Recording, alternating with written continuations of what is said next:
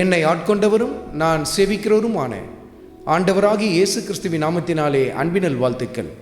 கிறிஸ்து இயேசுவுக்குள் மிகவும் பிரியமான அன்பு சகோதர சகோதரிகளே, நீதிமொழிகளின் புத்தகத்தில் 16வது அதிகாரத்தில் 27வது வசனத்தில், பேலியாளின் மகன் கிண்டி விடுகிறான், எரிகிற அக்கினி போன்றது அவன் உதடுகளில் இருக்கிறது. பேலியாளின் மக்கள் என்ன செய்கிறார்கள் என்று சொல்லி கர்த்தருடைய ஆவியானவர் எழுதி வைத்திருக்கிறார் பாருங்கள்.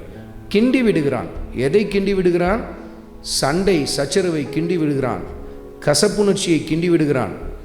எரிகிற அக்கினிக்கு ஒத்தது அவன் நாவில் இருக்கும் என்று சொல்லி கர்த்தருடைய ஆவியானவர் சுட்டி காட்டுகிறார்.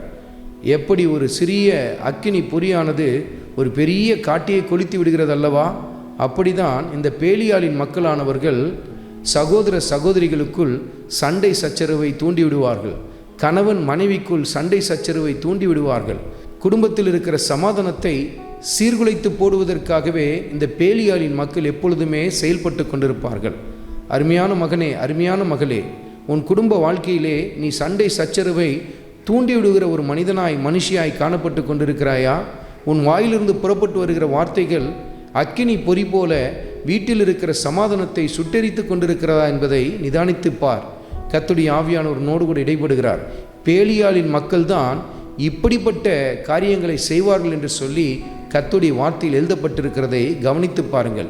இப்படி உங்கள் குடும்பத்தில் இருக்கிற சமாதானத்தை சீர்குலைத்து போடும்படிக்கு சண்டை சச்சரவை தூண்டிவிடுகிற ஆட்களை விட்டு விலகி வாருங்கள். ஒருவேளை நீங்களே அப்படிப்பட்ட காரியங்களை செய்வீர்கள் என்று சொன்னால் இன்றைக்கு ஒரு தீர்மானம் எடுங்கள்.